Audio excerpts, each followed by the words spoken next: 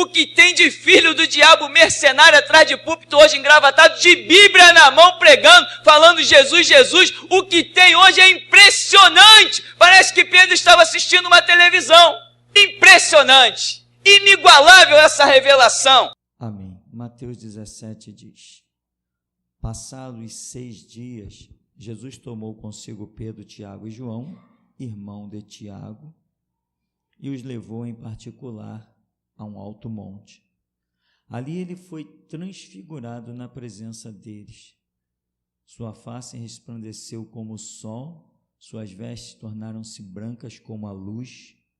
De repente surgiram à sua frente Moisés e Elias conversando com Jesus.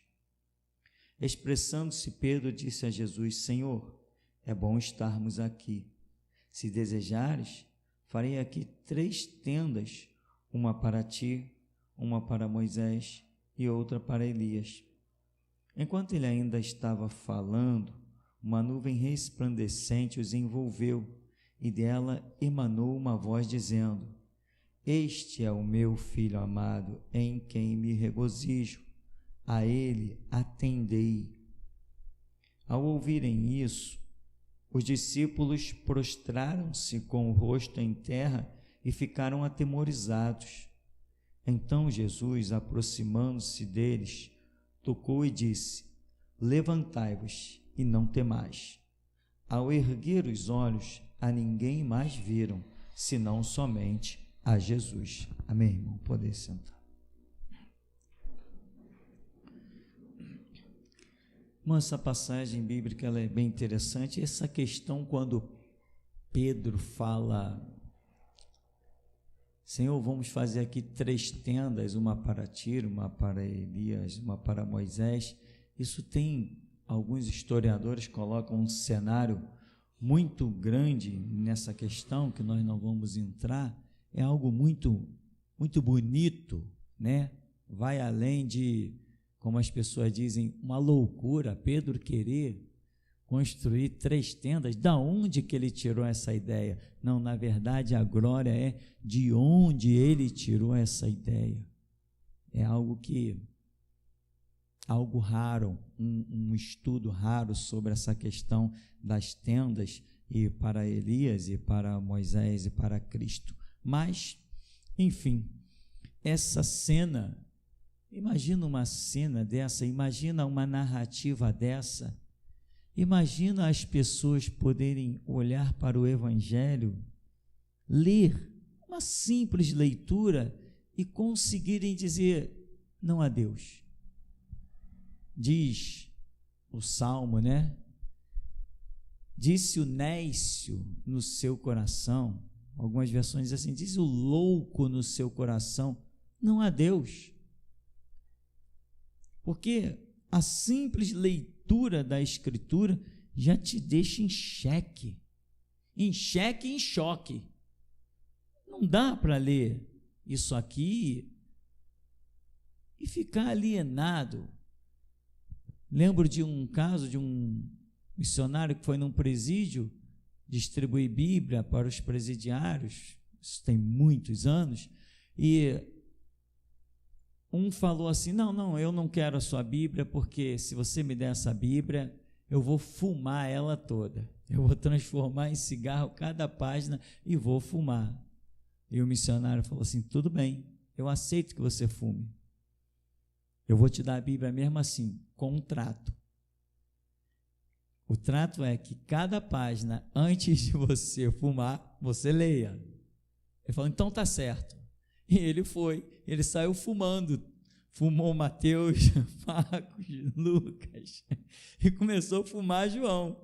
E quando ele chegou em João 3,16, que ele leu, dali ele não fumou mais. Quando ele chegou em João 3,16, que Deus amou o mundo de tal maneira que deu seu filho, acabou. Ali não fumou mais e a história do homem muda, né? Então, é impossível transcorrer a Escritura dizendo não há Deus, não tem como, é uma loucura, sei lá, os céus manifestam a glória de Deus, o firmamento anuncia as obras das suas mãos. Eu creio que de alguma maneira os animais louvam, glorificam a Deus, uma maneira que nós não detectamos, não sabemos como. Mas a Escritura diz, é uma ordem, é imperativo, tudo quanto tem fôlego, louve ao Senhor. Então todos reconhecem que há um Deus, né? Como dizem alguns, eu sou ateu graças a Deus, né? Porque não tem como. Um texto desse, essa transfiguração, essa narrativa, da onde que um ser humano normal ia tirar uma história dessa da cabeça? Nos dias de hoje, daria para tirar, porque é tanto filme de Capitão América, Homem-Aranha, Homem de Ferro, dimensão espacial, não sei o que, invasão, ET, né, seres alienígenas, portais e não sei o que, nos dias de hoje, nós conseguiríamos até, estou falando assim, eu não conseguiria, mas vamos dizer, conseguiríamos inventar uma história dessas que já foram inventadas, mas aqui, há 2000 anos atrás, quando não existia rádio, não existia televisão, não existia nada que pudesse fazer a mente do homem vagar para que essa transfiguração pudesse ser inventada. Que diremos do livro de Apocalipse? O livro de Apocalipse é uma coisa que a mente humana, quando lê, ela é tão antagônica, ela é tão contrária aos conceitos da mente humana, que os seres humanos, quando leem o livro de Apocalipse, ficam atemorizados. Não, eu não gosto de ler aquele livro de Apocalipse, não. Quantas vezes eu ouvi isso? Crente, eu não gosto de ler aquele livro de Apocalipse, não. Não, eu fico com medo daquele negócio. Tem crente dizendo, por quê? Porque é um negócio realmente chocante, é algo que a mente humana não consegue conceber literalmente. Então, eles ficam em parafuso, não tem como conceber uma coisa dessa, não dá para inventar. Mas, enfim, por mais que Deus tenha feito coisas tremendas, se manifestou no paraíso, por mais que Deus venha se revelando ao longo da história, aumenta um pouquinho, por mais que Deus venha se revelando ao longo da história, não adianta, o homem sempre tem a sua fortaleza pessoal. Não, eu sou um cara inteligente, eu sou estudado, eu tenho faculdade, não, Deus não é bem assim não. Já viu os professores de Deus por aí, não já, irmão? Tem uns camaradas que dão aula sobre Deus, né? Não, porque se Deus fosse mais forte que o diabo, ele já teria acabado com o diabo, então Deus não tem tanta força assim não. Tem esse tipo de professor, tem sábios de tudo que é jeito. Sabe qual é a grande realidade? O tempo todo é o homem querendo contender com Deus. Lá em Gênesis, parece no capítulo 6, né? Antecedendo ao dilúvio, Deus diz o quê? Não contenderá o meu espírito para sempre com o homem, ele também é carne. Será que foi uma novidade para Deus? O homem também é carne, foi uma novidade? Não, Deus sabia. O que é ele também é carne? Significa, ele se inclina mais à coisa da carne do que às coisas do espírito. Essa é a realidade. Mas você pode dizer hoje, irmão, não vai ser assim comigo. Você pode decidir isso. Você pode decidir, como eu decidi. Eu decidi que a minha vida não seria inclinada às coisas naturais. Eu buscaria as coisas espirituais. Eu decidi isso. Eu decidi. Deus me deu a graça? Sim, mas eu decidi. Eu quis. Diante de nós são propostos 2 caminhos. E Deus diz, está aí, os 2 caminhos. Escolhe esse aqui que é melhor. Ele até diz, mas quem decide qual caminho vai trilhar? Somos nós. Porém, depois que decidimos o caminho do bem, vem a graça dele sobre nós para nos fortalecer no caminho do bem, porque a quem tem, ser-lhe-á dado, e quem não tem, até o que tem lhe será tirado. Então, irmão, desde Gênesis, Deus já está pelejando, né, com o ser humano, E está dizendo, não contenderá o meu espírito para sempre com o homem, ele também é carne. Vou mandar um dilúvio, mas Noé achou graça diante dos olhos de Deus. Um homem, não é nem os filhos, nem as noras, hein? Um homem chamado Noé. A Bíblia não fala que foram os familiares, a Bíblia só fala de Noé. A Bíblia não diz a família de Noé achou graça diante de Deus, não, a Bíblia diz Noé. Irmão, decida mudar o seu nome, decida que você vai olhar no espelho que você vai ver um Noé. Decida, irmão, sabe? Porque nós vivemos no meio de uma geração completamente profanada, pervertida. E eu era jovem quando conheci o Senhor Jesus, quando Ele me encontrou nas minhas horrendas caminhadas, quando Ele me encontrou, eu era jovem, e eu decidi que eu não seria igual à minha geração. Ele me deu graça e até hoje eu sou diferente, eu sou sal da terra, eu sou luz do mundo, eu sou cidade edificada sobre o monte. Jesus hoje pode contar comigo, Ele tem contado comigo, e Ele tem contado comigo e com vocês, e nós temos feito uma obra que, olha, até os ímpios ficam atordoados. Como é que é esse negócio aqui? Vocês estão na frente de uma igreja? Por quê? Porque eles não são mais igreja, nós somos igreja. Mas por que vocês fazem isso? Porque o Deus vivo nos mandou. Explica? Não. Quer explicação? Tem que sentar no banco da geração Jesus Cristo. Aula particular não tem. Amém, meu irmão? Vocês não pagaram o preço para subir o morro e vir aqui? Como é que alguém vai chegar, vai me ligar e vai querer aula particular?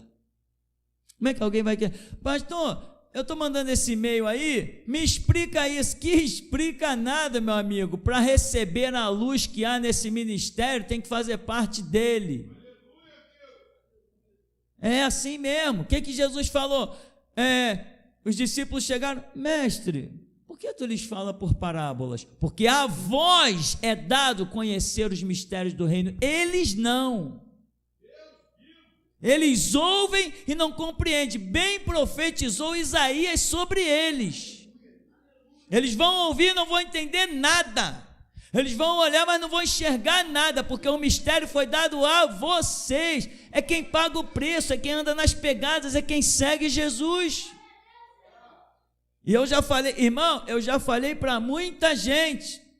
Muita gente chega, que negócio é esse de Jesus voltar no século 21, ele não ressuscitou na manhã do terceiro dia?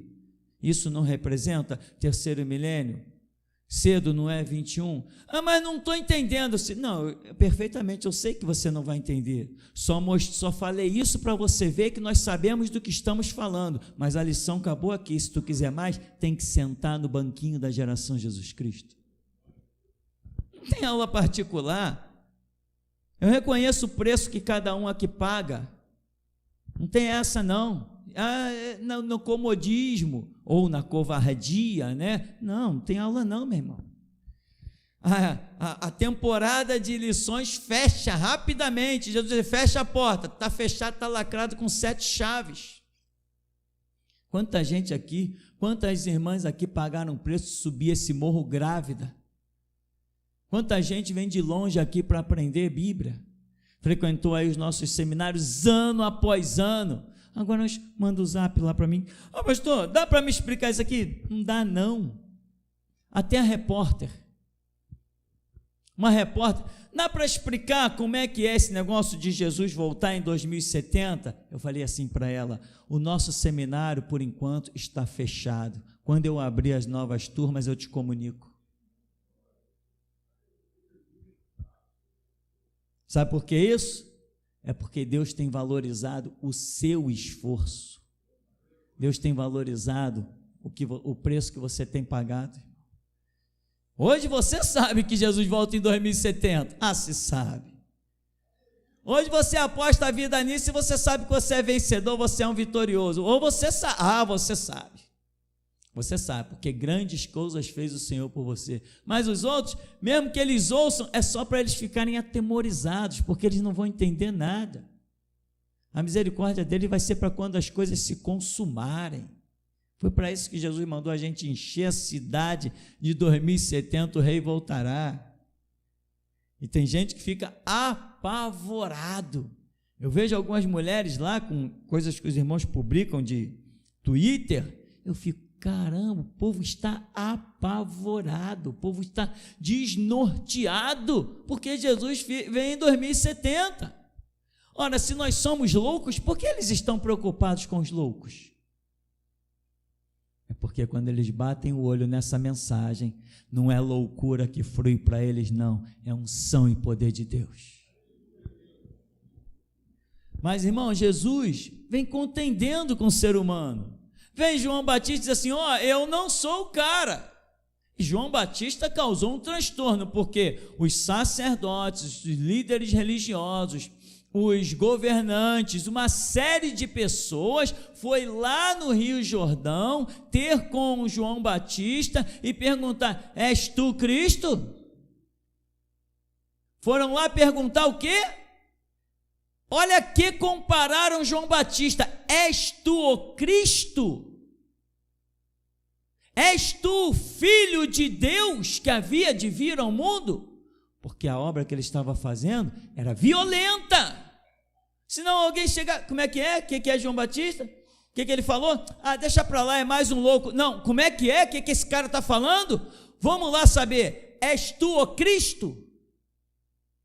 Não trataram ele como qualquer um. Quem é você? Você é profeta? Não, és tu o Cristo. A visão que tinham de João Batista era essa. É Deus mandando pessoas. João Batista renuncia a tudo, dá tudo seu para os pobres, vai para o deserto, vai ficar naquela situação que a gente sabe, não é nada fácil, deserto. Tem um historiador que diz, essa aqui foi a caverna onde João Batista morou. Morar em caverna não é tão fácil. Não ia para a cidade comprar nada, as pessoas sempre levavam alguma coisa para ele lá, ele tinha os seus discípulos, não vivia em mordomia, não vivia em comodismo, pagava o alto preço de servir ao Senhor.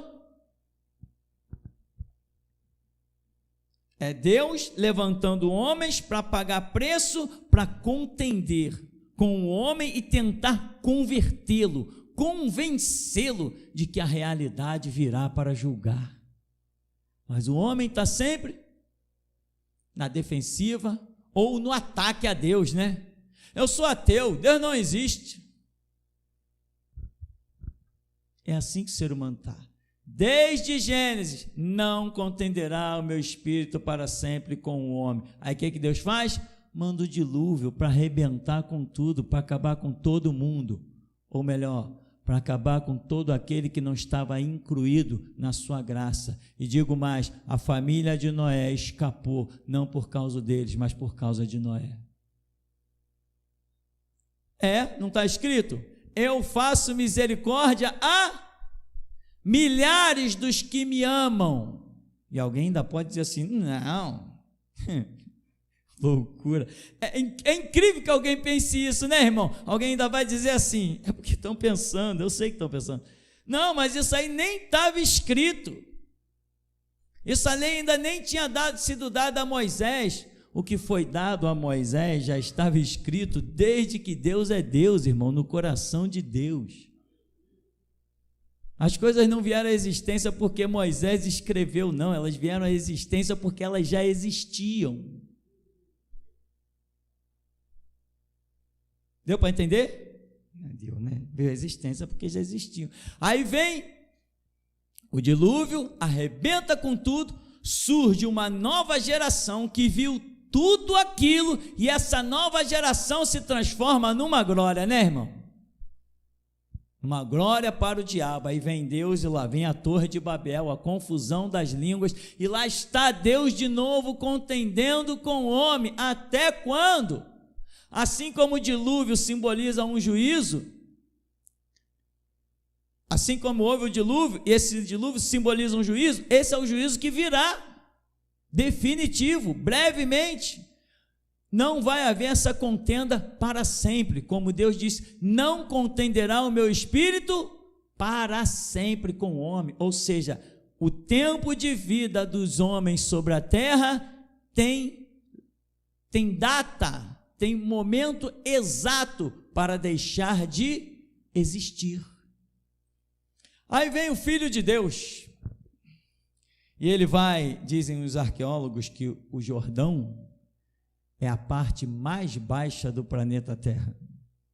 Então, vem Jesus e vem a parte mais baixa do planeta Terra, na obediência, e foi batizado. Mostrou que desceu ao mais profundo. Depois ele vai ao mais alto de Jerusalém, o Monte das Oliveiras, e contempla um mover espiritual tremendo, as suas vestes mudam, e quando Pedro olha para aquilo, Pedro, ao invés de se calar, ele acha que poderia falar, ainda que a narrativa dele foi muito nobre. Irmão, nós precisamos entender que por mais nobres que sejam as nossas narrativas, as nossas prerrogativas, as nossas concepções, os nossos ideais, se eu estou diante do Filho de Deus, cale-se! Porque não tem nada que eu possa fazer, pensar ou falar que seja superior ao que ele tem a declarar.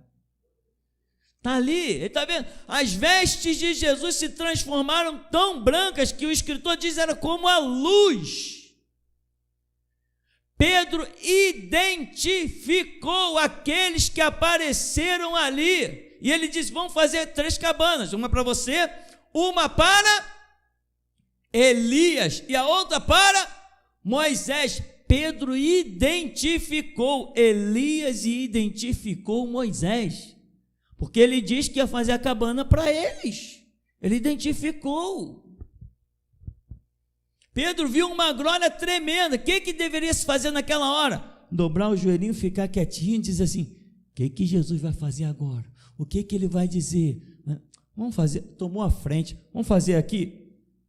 Irmão, se Jesus está presente, não toma a frente de nada, deixa ele agir. Jesus está na tua vida? Por que você está dirigindo ela então?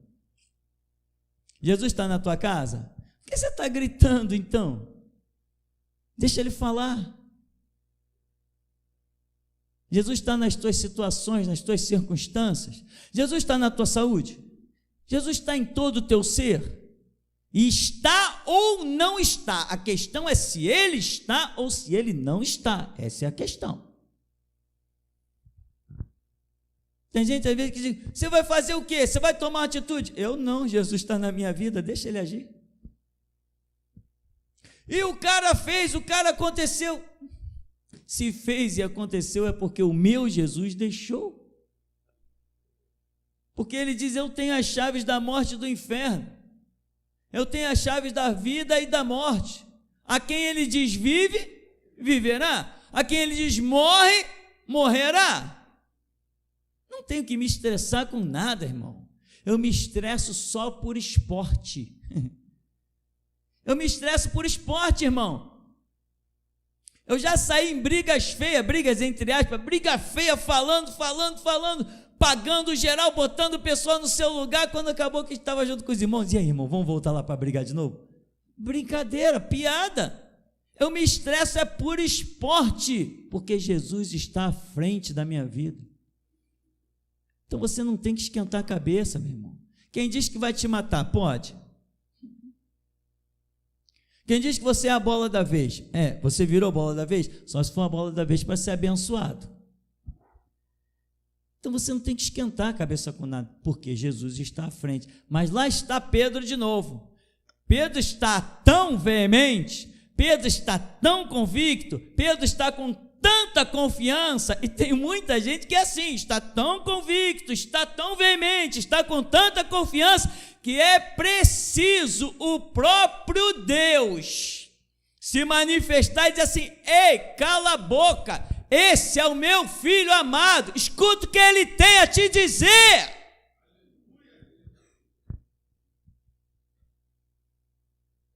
Não adianta. Está o Filho, o mover do Espírito, e está a voz do Pai, e está Pedro, blá, blá, blá, blá, blá, blá, blá. Mas, e todo mundo vai dizer, não, mas a intenção dele era boa. Eu falei, pois era boa. Eu sei que era boa. Também já chegou até a mim a informação de que a intenção de Pedro era boa, maravilha. Mas não existe nenhuma intenção que seja tão boa enquanto Jesus não tiver dado a sua palavra. Não importa o quanto era boa a intenção de Pedro. Se fosse para tomar a atitude de construir 3 cabanas, precisava o Pedrinho falar alguma coisa? Foi o Pedrinho que disse, por acaso, olha, vamos procurar um cenáculo aqui para que o Senhor celebre a Páscoa conosco, os seus discípulos. Foi o Pedrinho que falou isso? Foi Jesus que disse, olha, vai ali na cidade, vai ali mais no canto tal, não sei qual era o local exato, e tem um cenáculo lá, e eu quero passar a Páscoa com vocês lá, nós vamos celebrar essa Páscoa lá. E agora, onde está o cenáculo?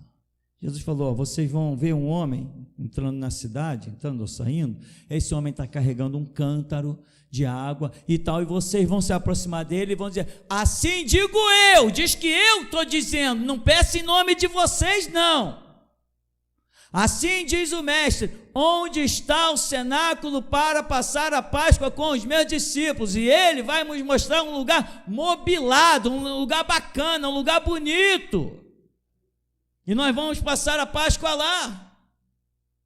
E o homem mesmo não passou, o homem mesmo não entrou, o homem mesmo não fez parte, só os seus discípulos. Quem poderia achar aquele cenáculo?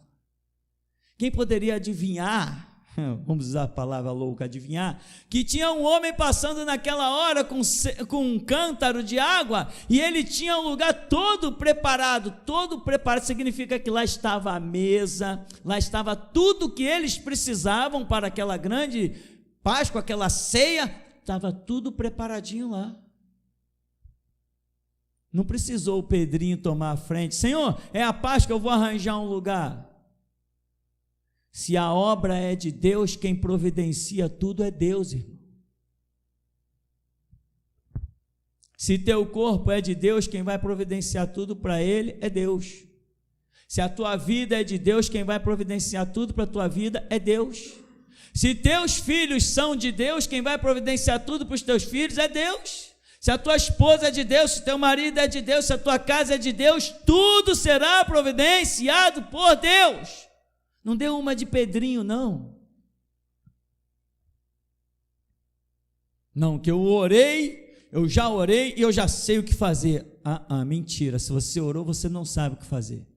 Agora, se você orou e Deus falou, agora você sabe o que fazer. Mas orar você não sabe nada ainda. Não, pastor, que eu passei a madrugada em oração. Tá bem, com quem? Com o diabo? Tem gente que pensa que a sua oração é a que faz milagre. Ei, acorda! Nessa hora tem gente em jejum de 3 dias, orando de joelho dobrado no monte com tenda, e está latindo que nem um cachorro. A oração dele é que nem um cachorro latindo para o céu. O poder não está nas nossas orações, irmãos.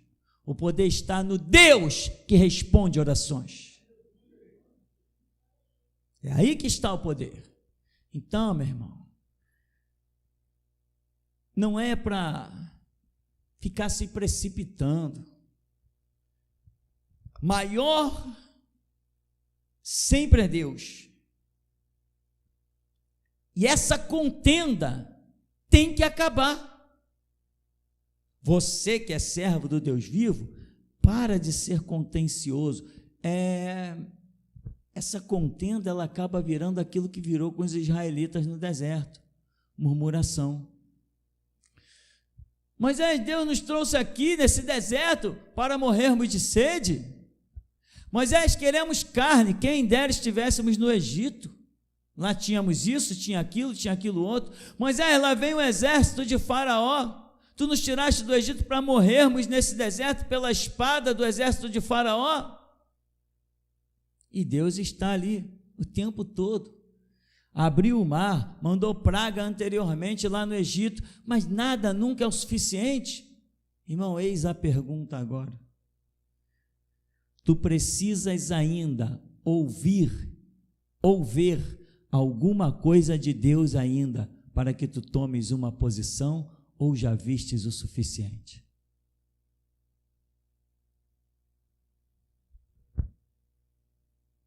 Essa é a pergunta, irmão. E essa é a pergunta mesmo. Essa é a pergunta mesmo. Um dia eu cheguei para Deus e disse: Deus, eu já li o Evangelho mais 10 vezes. Eu já vi milagres, e eu acho, Senhor, que eu sou um privilegiado. Eu já vi tudo que é tipo de milagre. Já vi demônios sair, já vi perna crescer, já vi pessoas expelirem trabalho de macumba que tinha engolido, expelir assim na frente da igreja. Eu já vi braço crescer. Eu já vi pessoas ficarem curadas instantaneamente, pessoas entrarem arrastando perna, depois de uma oração a perna está curada. Senhor, eu já vi de tudo. E eu disse para Deus: eu não preciso ver mais nada. O que eu vi, irmãos, eu tinha apenas uns 7, 8 anos de evangelho, menos que isso. Eu disse: Senhor, eu não preciso ver mais nada. O que eu sei até aqui já é o suficiente para apostar a vida em Ti.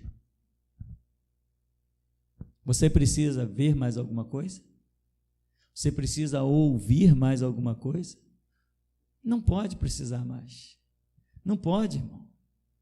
Se os nossos jovens e adolescentes não se desviarem do projeto, eles vão botar professores e diretores de cabelo branco em uma semana. E é para isso, irmãos, é para isso. É para ser discriminado mesmo, é para ser, entre aspas, humilhado mesmo, é para ser escorraçado mesmo. É isso que tem que acontecer no teu colégio. Aí quando te escorraçarem, te humilharem, te taxarem de um monte de coisa, você chega aqui e fala conosco. Nós organizaremos uma equipe e vamos fazer um trabalho lá no teu colégio. Porque sozinho você não está. Agora, o tempo todo é Deus querendo chamar o homem para junto de si. Mas o homem vem, mas tem sempre umas ideiazinhas. Senhor, vamos fazer uma cabana? Quem te pediu para fazer cabana? Vamos fazer uma tenda? Quem te pediu para fazer a tenda? Às vezes a gente acha que algumas atitudes eram bonitas, tal. Irmão, vou te dizer uma coisa, quando Deus manda, nós temos que aprender, isso inclui eu, inclui você, nós temos que aprender a fazer, e acabou a história. Lá vem Jesus para ser batizado no Rio Jordão, chega diante de João: João, vim aqui para ser batizado por ti. Não, mas eu é que tenho que ser batizado por ti, como tu vens a mim? Basta, João, temos que cumprir toda a lei, toda a justiça, então seja batizado. Às vezes você pode ter essa contendazinha mínima, irmão, tá bom, chega. João foi rápido e rasteiro: João, temos que cumprir toda a lei. Beleza, Senhor, está falado. Pode ser que você não tenha entendido alguma coisinha. Vai, conversa com o Senhor, entendeu? Agora vai e executa. Chega de contendas. Precisa ouvir o quê? Quantas vezes você já leu a Bíblia? Quantas vezes já leu os mesmos textos? Quantas vezes já ouviu pregações? Irmão, só o que está dentro de você organizado, se você começasse a escrever as coisas sobre o reino de Deus, as experiências, tu criaria uma baita de uma Bíblia espiritual tremenda, que o que está dentro de você, o teu testemunho, as tuas experiências, a tua fé, se transformaria numa Bíblia, e essa Bíblia ia transformar vidas mundo afora. Se o que está dentro de ti é o bastante para transformar a vida de outra pessoa, que dirá a tua própria?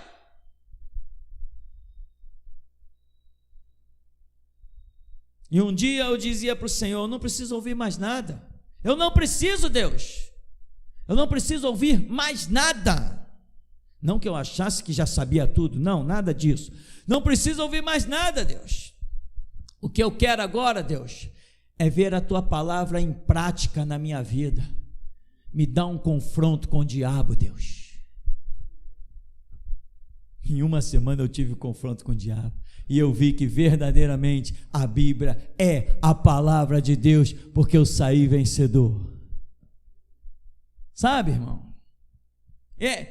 Deus, a tua palavra, Deus, eu preciso da cura, me dá a prática dessa palavra aí, e tu vai ver que a cura virá, irmão.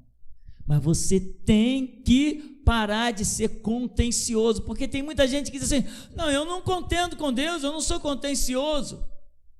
Irmão, se entregar nas mãos de Deus é um negócio muito singelo, em que muita gente pensa que se entregou, mas não se entregou.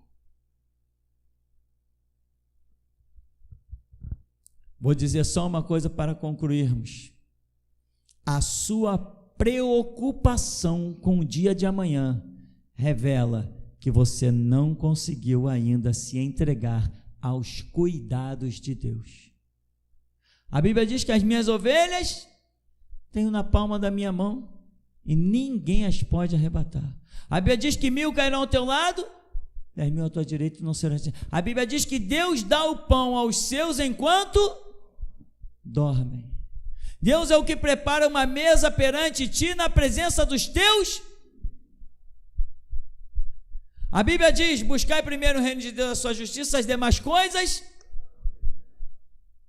Jesus ainda falou assim: olha, quando vocês quiserem alguma coisa, não fica usando de vãs repetições, como os gentios, que pensam que por muito falarem vão receber. Porque o vosso Pai Celestial sabe o que vocês precisam, antes mesmo que vocês abram a boca. A tua preocupação com o amanhã revela claramente que você ainda não conseguiu se entregar nas mãos de Deus. Você ainda não conseguiu se assemelhar a Abraão, que sobe para sacrificar o filho no monte, e quando alguém pergunta: e aí? Deus proverá.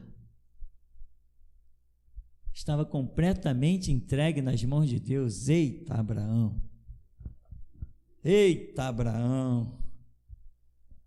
Esse homem deve ter tanto galardão que, quando nós chegarmos no céu, o que mais brilhar é aquele ali, Abraão. Que enquanto houver evangelho a ser pregado, até no milênio, enquanto tiver vida do homem sobre a terra, nós vamos falar de Abraão, porque a fé dele gerou coisas inacreditáveis. Então, meu irmão, você vive dizendo: não, meu Deus é o Deus das provisões, Deus proverá. E quando você está desesperado, cadê o teu Deus das provisões?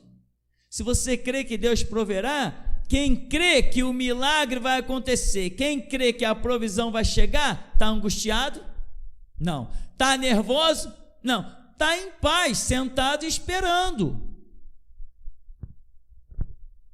Aí você diz: eu não contendo com Deus, eu não sou contencioso, eu não fico lutando com Deus. Fica, nas suas angústias internas, são as suas lutas, você está contendendo com Deus. Como é que diz a Bíblia? Correi de um lado para o outro, vocês saberão que eu sou Deus. Aquietai-vos e sabeis que eu sou Deus. Serei exaltado entre as nações, serei exaltado sobre a terra. Aquietai-vos e sabei que sou Deus. Tem muita gente nas suas angústias, nas suas tribulações, aí só está vendo Deus passar quebrando pedra, ou como fogo, ou como furacão, e ele olha e é Deus, mas ele diz: Deus não está no fogo, Deus não está no redemoinho, Deus não está na quebrada das rochas. Deus está, mas ele não está vendo, porque o quebrada das rochas representava a própria angústia de Elias. Mas quando ele se aquietou e veio uma brisa mansa e suave, aquilo representou como o espírito de Elias se acalmou, se aquietou. Então, quando ele atingiu o estágio da brisa, ele ouviu a voz de Deus: Elias, que fazes aqui? E muitas vezes você pode ser um grande homem de Deus, irmão, mas nas tuas angústias, nas tuas aflições, nas tuas ameaças de morte, como Elias de Jezabel, você vai acabar dando num monte aonde Deus não te queria. Elias, o que tu fazes aqui? Volta para o teu caminho.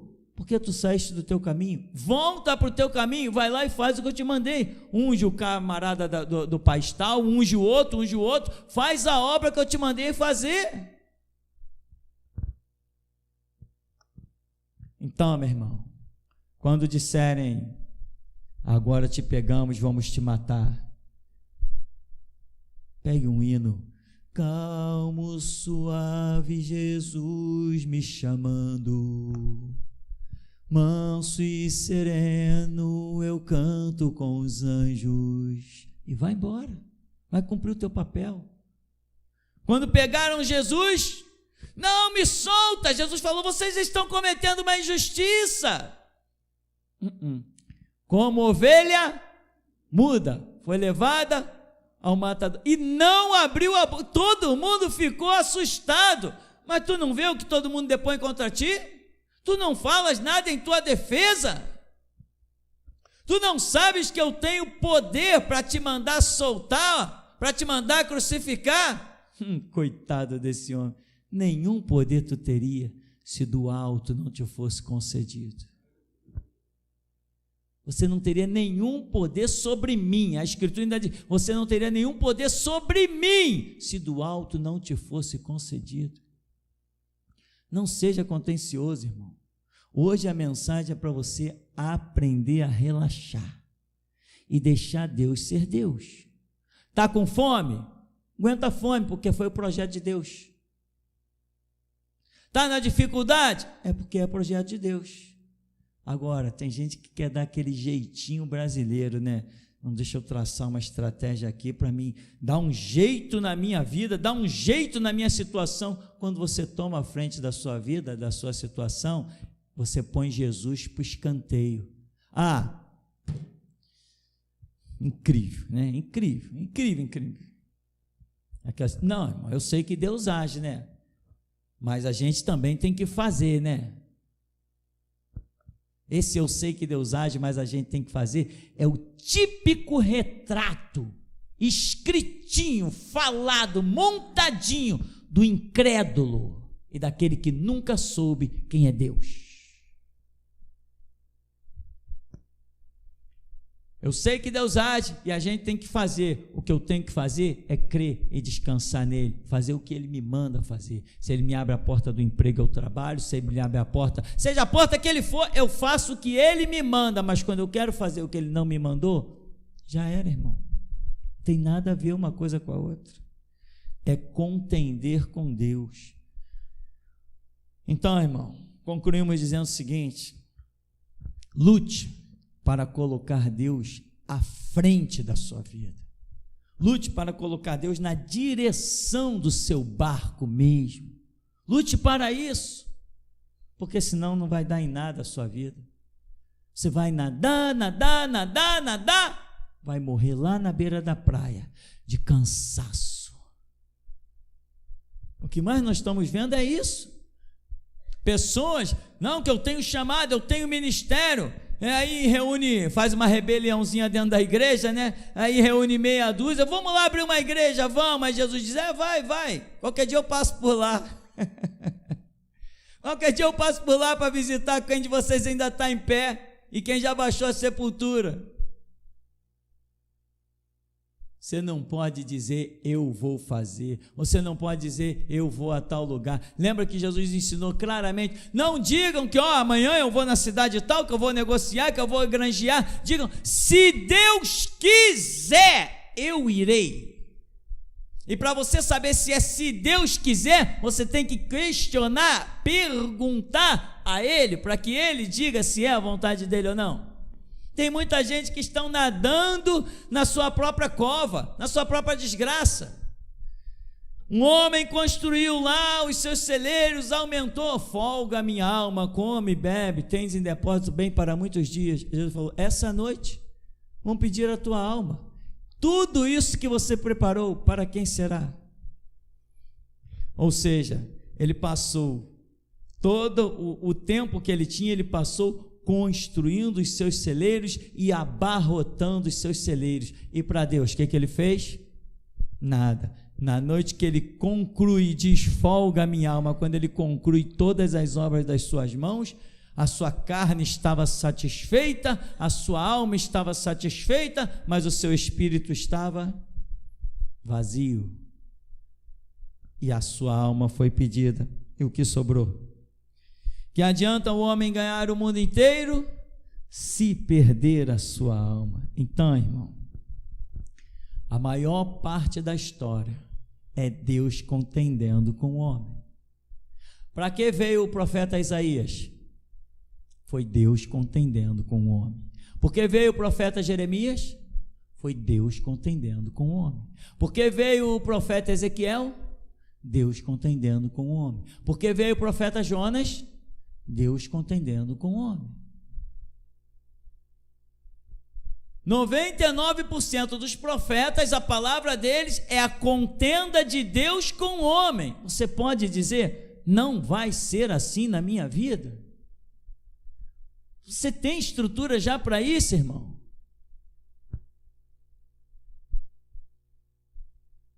Um dia, vou concluir aqui, é que você está cansado, quarta-feira, está com sono, né? Um dia, eu estava num estudo bíblico, peguei uma bíbliazinha que eu tinha, estava estudando aquela Bíblia, estudando, e de repente, o Espírito de Deus veio sobre mim, e eu comecei a ver coisas na Bíblia, assim, eu olhando, naturalmente, eu via coisas, mas eu sabia que os meus irmãos olhavam aquelas coisas e não viam. E o Espírito Santo falou assim comigo: você tem inteligência. Mas eu não discernia aquela voz, eu ainda não conhecia essa voz do Senhor, eu não conhecia. Estava caminhando. Mas naquela mesma semana alguém me convidou: vai ter uma igrejinha ali em tal lugar, vamos lá, vai ter um irmão lá que é abençoado, é profeta, vamos lá. Acabou o culto, o irmão virou para mim e falou assim: você tem muita inteligência. Eu me assustei, olhei para ele, ele riu e falou assim: até isso Jesus revela. Irmão, eu fiquei angustiado depois daquela revelação. Fiquei angustiado, sabe por quê? Eu queria chegar logo em casa. Quando eu cheguei em casa, eu entrei, fui direto para o quarto da minha mãe, que eu não tinha quarto, eu dormia na sala, fui direto para o quarto da minha mãe, dobrei o joelho diante da janela, como eu sempre costumava fazer, voltado lá para o Pão de Açúcar, e ali eu disse para o Senhor: Senhor, se eu tenho inteligência, se eu tenho sabedoria, eu entrego nos teus pés. E você, quer bater no peito que é sábio? Se você é sábio, você sabe diante dos pés de quem você tem que se curvar. Se você é sábio e é inteligente, você tem que saber como você deve andar, como você deve caminhar. A sabedoria que Deus possa permitir sobre ti, meu irmão, não é para você se exaltar, é para que Ele possa contar contigo para o que Ele quiser. Grandes coisas fez o Senhor por nós. Então, meu irmão, vigia para você não estar contendendo com Deus. Vigia. As pessoas às vezes dizem assim para mim: você vai sair daqui da igreja? Pô, mas aqui todo mundo te conhece, aqui você prega, aqui você isso, aqui você aquilo, aquilo você aquilo. E lá na outra igreja para onde você vai? Quem lá te conhece? Você conhece quem lá? Você: não, eu estou indo para outra igreja e eu só conheço uma pessoa lá. Se chama Jesus. Ele me mandou para lá, eu vou. E eles permaneceram nas suas sabedorias, nas suas vontades. Hoje eu estou aqui e eles estão lá no mesmo lugar, lutando para vencer o bode da maçonaria, lutando para vencer as profanações, tudo caindo em adultério, homossexualismo, porque nas suas mentes não conseguiram compreender que estavam sendo contenciosos para com o próprio Deus. Então vigia, tá, irmão? Vigia com muito carinho. E eu creio que Deus está iluminando a sua mente. E ainda muito mais Ele fará, para que você possa entender quando as suas atitudes são contendas contra Deus. Por mais que a tua ideia seja a melhor de todas. Senhor, vamos construir aqui 3 cabanas. Aí Deus vem e diz assim: ei, louco, maluco, cala a boca. Esse é meu filho amado, escuta o que ele tem a dizer. Ei, louco, maluco, este é o meu filho amado, escuta o que ele tem a dizer. Tem gente que está cheia da razão. Não, isso aqui é uma boa ideia. Aí Deus está dizendo assim: tá bem, bela ideia, maluco, cala a boca, olha o meu filho amado aí, em quem eu tenho prazer, escuta o que ele tem a dizer, ouve ele. Mas tem gente que se acha sábio, acha que teve a brilhante ideia, pá, 3 cabanas, para Jesus, para Moisés, para Elias. Eita, eu tive uma ideia brilhante. João, Tiago, olha a minha ideia. Não interessa qual seja a nossa ideia, irmão, se temos os pés do Senhor para consultar, Ele sempre tem uma melhor. E às vezes a nossa ideia é de cabana, a dele é de relento, é de deserto. Enquanto uns querem ficar nas cabanas, Ele quer que a gente vá para o deserto, porque é lá que se vence Satanás. É no deserto a escola do Senhor. É no deserto que se vê a glória de Deus. É na luta renhida que se sabe que as armas da nossa milícia não são carnais, mas sim poderosas em Deus para a destruição das fortalezas, destruindo todo sofisma e levando cativo todo pensamento à obediência de Cristo Jesus, o Senhor. Eita Deus! Essa unção, irmão, está te chamando para essa realidade do que foi pregado. Você não tem que ficar pensando que é esperto, que é o sábio, que é entendido. Você não tem que ficar tomando as rédeas da tua vida. Quem sabe conduzir sua própria vida não precisa de pastor, não precisa de igreja, não precisa de Deus. Se você já sabe se conduzir, toca a tua vida. Vai em frente. Não precisa de organização. Organização tem liderança, organização tem regra. Quem faz parte de organização tem que se sujeitar a regras. Se você é o sábio, é o entendido, é o inteligente, você não precisa de regras. Vai em frente. Toma o curso da tua vida. Pega o leme do teu barco, vai em frente. Na primeira cachoeira, você vai descobrir que você não tem o controle do seu barco. Ebenezer, irmão, até aqui nos tem ajudado o Senhor. Louvado seja o nome do Senhor. Mestre, a visão que o Espírito Santo me deu, eu vi abrir uma porta, e essa porta, ela tinha muitos instrumentos musicais, muitos instrumentos mesmo, e esses instrumentos estão à disposição da igreja. Mas antes que esses instrumentos fiquem à disposição da igreja, tem que pagar um preço. É o preço da intimidade com Deus. É o preço do choro, é o preço da renúncia, é o preço de desejar, de querer isso. Senão não tem. Logo em seguida, eu vi a igreja, ela como uma trombeta, ela se formou numa trombeta, e essa visão cessou. Amém. Rapaz, irmãos, glória a Deus. Mestre, no começo da oração, Deus me deu uma visão onde o irmão Davidson, irmão, você recebeu um escudo, simples assim, mas foi essa visão que Deus me deu, irmão. Mestre, na hora dos louvores, no começo, eu via na frente dos irmãos umas lâmpadas. Na frente de alguns, essas lâmpadas ficavam bem acesas. e na frente de outros essas lâmpadas ficavam piscando. Impressionante, ela acendia e apagava. Como se aquela pessoa, ela se comprometesse com louvor e adoração num instante e no outro não. Impressionante, mestre. Naquele louvor poderosos desta terra,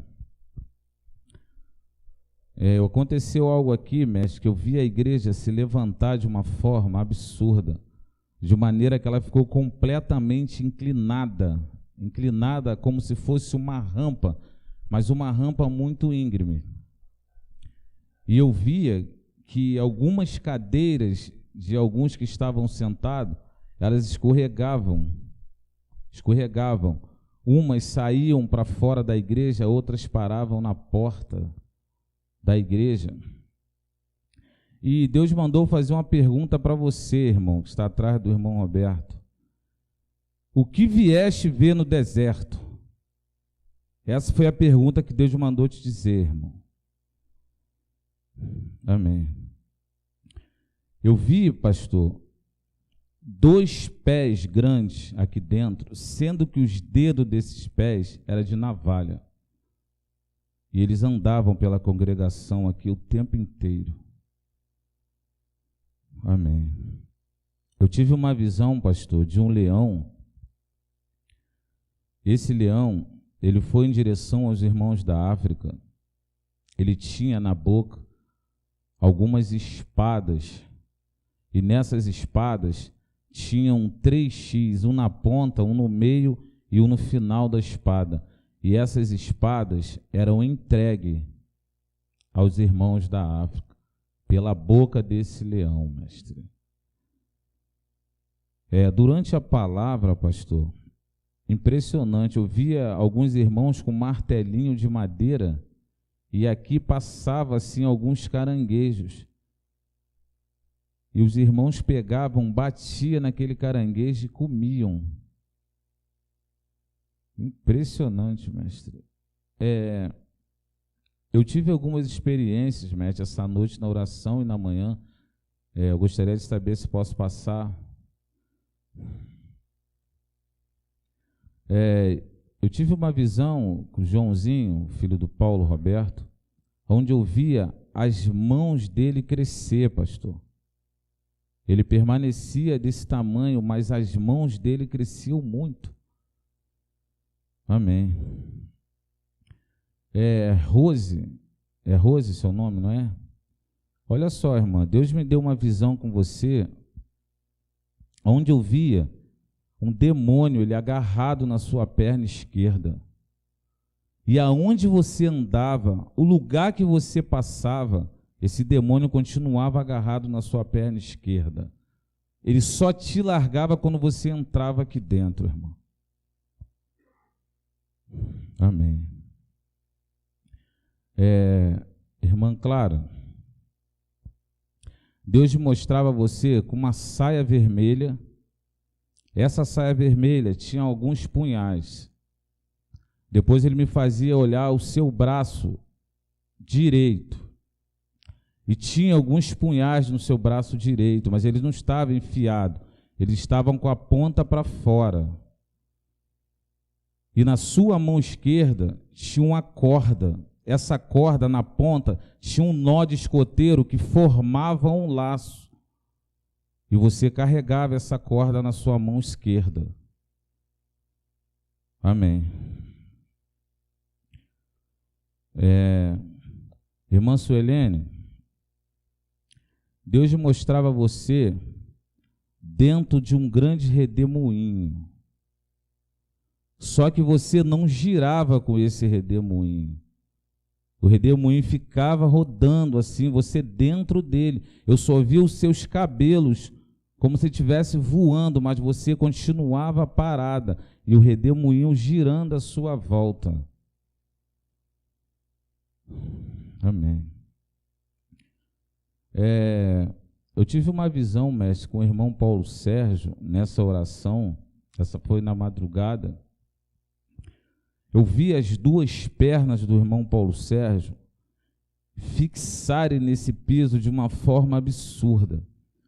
Depois eu via ele se contrair a musculatura, sendo que as veias que saíam dos braços dele, do corpo dele, se transformavam em raízes. E essas raízes começavam a entrar pelas paredes dessa igreja, pelo teto. E quando eu olhava no púlpito, eu não via o Senhor. As raízes agarraram no púlpito, mestre. Se chegou até ele, ficou agarrada nele, pastor. Tremendo. Louvado seja Deus. Quando eu orava pela congregação, na hora que eu estava orando, eu comecei a orar pela igreja. Comecei a pedir a Deus que nos unisse cada dia mais, pastor, e Deus me deu uma visão. Eu via vários irmãos de joelhos dentro de casas, só que eles não estavam na casa deles, pastor, estavam na casa dos irmãos. Impressionante. Eu contemplei o irmão Afonso de joelho na sala do Paulo Sérgio. Eu contemplei o Reinaldo de joelho na sala do Alessandro. Eu contemplei o irmão Alessandro de joelho na minha sala. Eu vi o irmão Paulo Roberto de joelho na sala do irmão Carlos Generoso, mestre. E eu via mais situações de irmãos, agora eu não me lembro, mas foi exatamente isso que Deus me mostrou. Irmãos orando na casa do outro irmão, pastor. Louvado seja Deus, igreja, até aqui. Tive uma visão, bem no começo, de uma espada. Essa espada era bem fina e muito afiada. Esse é o entendimento que eu tive. Essa espada era afiada demais. E ela não tinha ido para ninguém ainda, nem para o senhor, mestre, nem para ninguém. Ela está ainda sobrevoando os céus. E tem um anjo que ele não fica manejando ela, mas ele fica guardando essa espada. Amém. Tive uma visão onde eu vi muitas árvores. Essas árvores ficavam muito juntas, eram árvores frondosas, muito fortes. Então eu vi como uma espécie de um ouro líquido que caía do céu e adentrava essas árvores. Mas essas árvores eram muito juntas, assim, muito fechadas. Então eu vi um anjo com muitas espadas, e ele dava essas espadas para alguns guerreiros, e eles adentravam essa floresta, né, com muitas árvores fechadas, onde caía esse ouro líquido. Amém.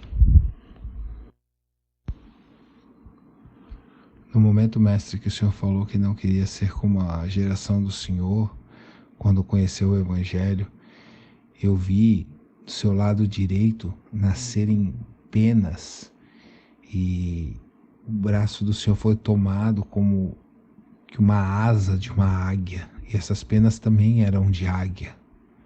Amém. Eu tive uma visão com o irmão Juan. Eu vi como que você botando um capuz na cabeça, irmão, como puxando um capuz e botando um capuz e baixando a sua cabeça, olhando assim para baixo. Amém.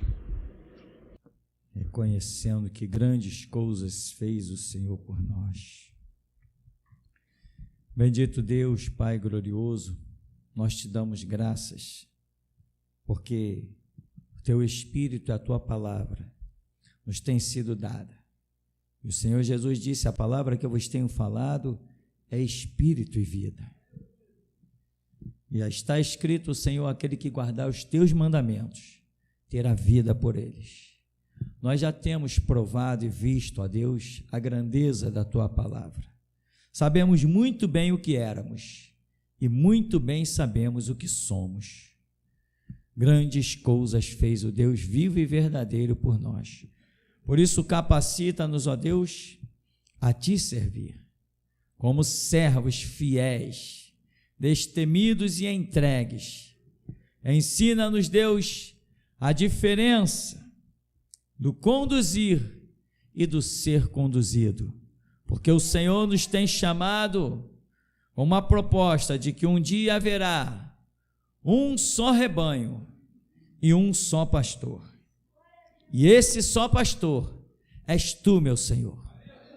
Portanto, todos nós temos que ser conduzidos como ovelhas. Guia-nos, ajuda-nos, sustenta-nos, pois sem ti nada podemos fazer. Assim nos leva, Senhor, pois nós somos os teus guerreiros. Jesus, nós que por ti daremos a vida. Te saudamos. Aleluia.